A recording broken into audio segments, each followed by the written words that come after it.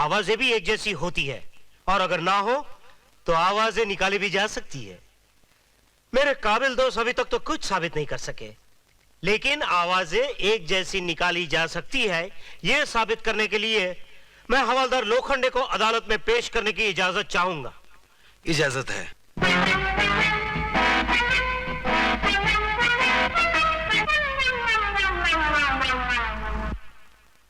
Your honour, हवलदार लोखंडे सिर्फ एक हवलदार ही नहीं, एक बेहतरीन मिमिक्री आर्टिस्ट भी है। अक्सर पुलिस फंक्शन में यह मिमिक्री आइटम पेश करते रहता है। अलग अलग किस्म की आवाजें निकालने में यह माहिर है। हवलदार लोखंडे, भारती देवी नाम की एक पत्रकार आए दिन तुम्हारे खिलाफ अखबार में कुछ ना कुछ छापती रहती है। अब तुमको उसे जान से मार देने की धमकी देनी है। याद रहे, आवाज अलग अलग अंदाज में और अलग अलग किस्म की होनी चाहिए। माइक साहब, ये तो कोई बात नहीं हुई। बिगड़ मैं क्या बोलूं? भारती डार्लिंग, अगर तुमने हमारे बारे में अखबार में जरा सा भी लिखने की कोशिश की तो हम तुम्हें भारत में रहने के वादे कर देंगे, और हाँ, यहाँ से मीलों दूर बलूचिस्तान ले जाएंगे, जहाँ तुम्हें एक भी भारतीय नजर नहीं आएगा, समझे? ए छोकरी, बहुत नाज है तुझे अपनी कलम पर। मैं तुम्हारे सारे खानदान को तुम्हारे प्रेस में डालकर आग लगाकर भस्म कर दूंगा। तब मेरे दिल से आवाज निकलेगी, मोगैम्बो खुश हुआ। अरे वारी भारती, तुझे मैच मिली थी लिखने को, लिख लिख लिख लिख लिख, उसके बाद मैं तेरी तकदीर लिखूंगी। देखना, तुझे धंधे पे नहीं बिठाई, तेरा नथ नहीं उतरवाई तो मेरा नाम भी महारानी नहीं, अरे सदा के लिए तू सदा शू शू शू पुर पुर करती रहेगी, देखना। हाँ। बहुत अच्छे लोखंडे, अब तुम जा सकते हो। अच्छा साहब, अच्छा। योर ऑनर, मेरे मुवक्किल ने ना किसी को कोई धमकी दी है और ना ही किसी का खून किया है। कमाल की बात तो यह है योर ऑनर, जिस खून के मुकदमे को लेकर यह अदालत चल रही है, जिस कत्ल को लेकर वकील साहब इस अदालत को गुमराह कर रहे हैं, जिस भारती देवी का खून हुआ है, उस भारती देवी की लाश कहां है? कहां है उस भारती देवी की लाश? नहीं है, भारती देवी की लाश नहीं है योर ऑनर। भारती देवी कोई कीड़ा मकोड़ा नहीं थी जिसे मसल कर फेंक दिया गया हो।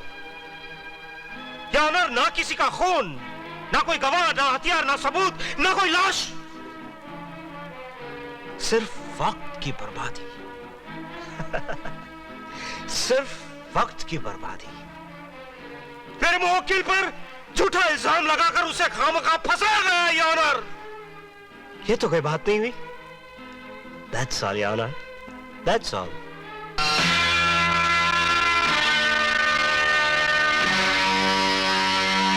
अदालत 2 दिन के लिए मुलतवी की जाती है।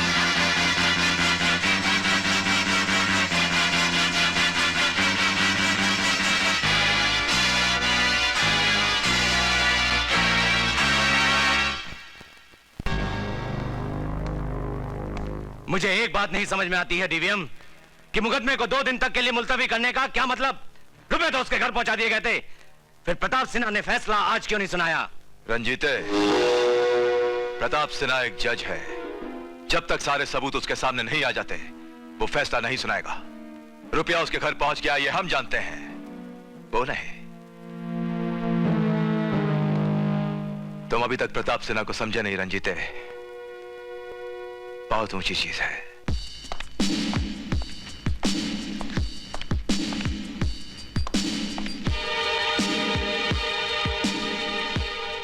ए छोकरा, एक सोडा और तंदूरी लेकर आ।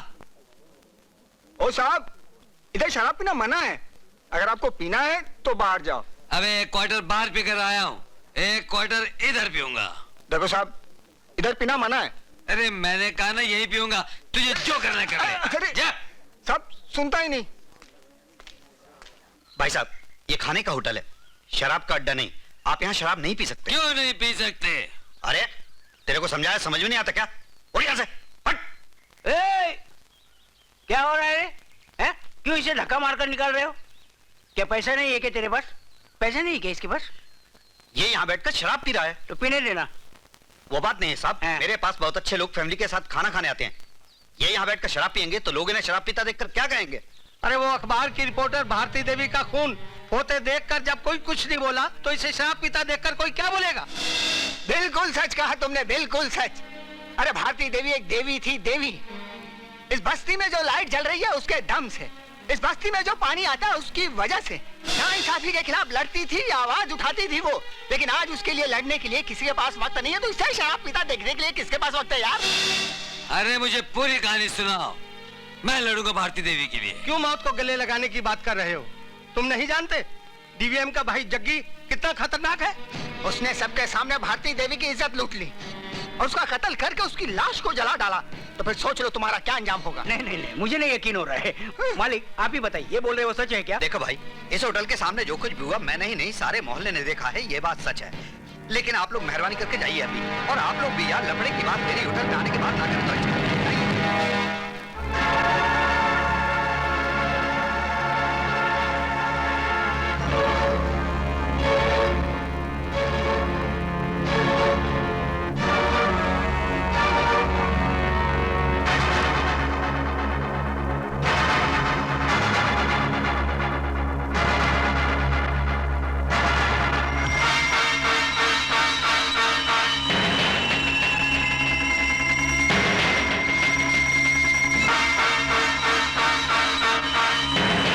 भारती देवी मर्डर केस को लेकर इस अदालत ने जो तहकीकात की है, उससे यह अदालत इस नतीजे पर पहुंची है कि मुलजिम जग्गी ने न सिर्फ भारती देवी का बलात्कार किया, बल्कि उनका खून करके उनकी लाश को जलाकर सारे सबूत मिटा दिए।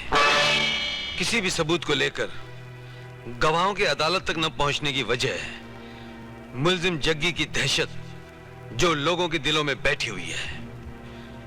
मुलजिम जग्गी के कातिल होने का सबसे बड़ा सबूत यह है कि इनके बड़े भाई डीवीएम ने जस्टिस प्रताप सिन्हा को 1 करोड़ रुपए की रिश्वत देकर खरीदने की कोशिश की।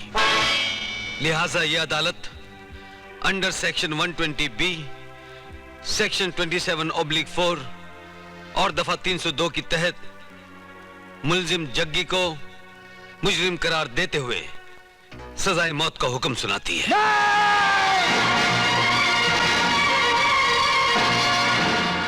ये कहाँ जाने की तैयारी हो रही है? कहीं नहीं, यूं ही। यूं ही? और यूं ही जाने के लिए इतनी सारी तैयारी? अच्छा बताओ, हाँ?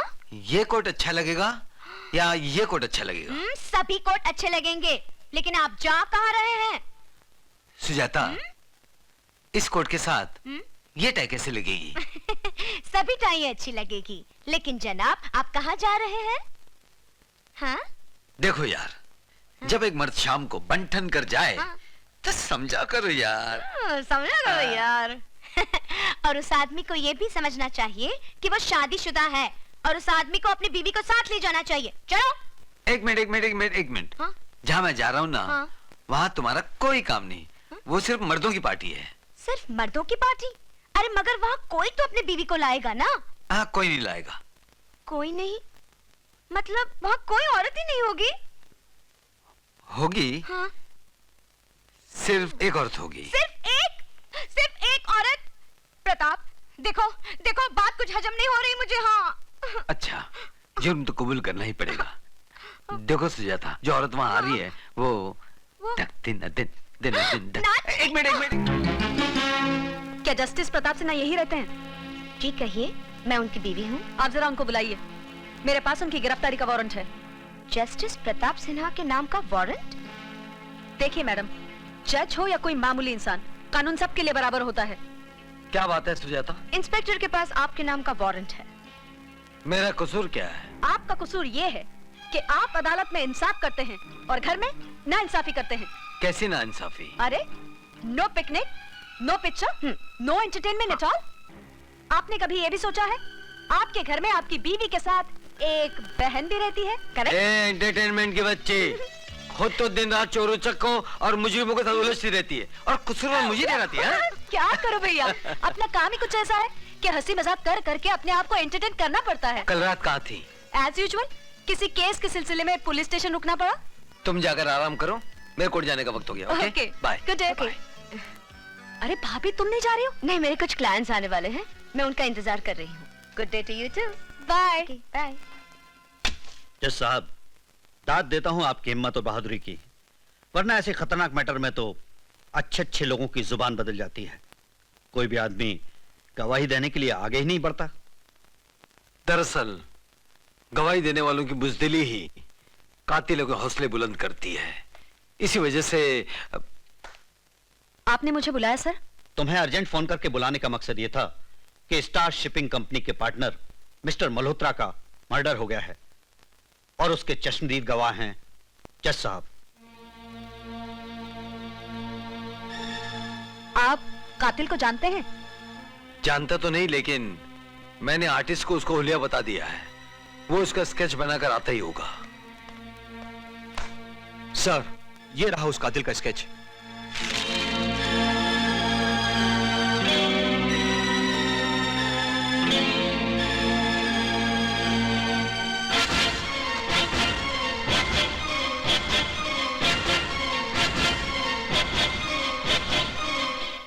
क्या बात है इंस्पेक्टर, तुम इसे जानती हो? जी सर, बहुत अच्छी तरह से। इनका नाम सुनील है। जज साहब, एक बार फिर आप इस तस्वीर को गौर से देखिए और बताइए, जिस आदमी ने कत्ल किया था, क्या वो यही आदमी था? Are you sure? Of course I am sure. मेरी आंखों के सामने इस आदमी ने कत्ल किया है और मेरे बताए हुए हुलिये पर उसका स्केच बनाया गया है और ये स्केच हुबहू उसी आदमी का है। It's very clear Ashwini. Yes sir. Sir, thank you very much. Thank you. You welcome. Inspector Ashwini, ये केस मैं तुम्हें सौंप रहा हूं। वो जहां कहीं भी हो, उसे जल्द से जल्द गिरफ्तार करो। Yes sir.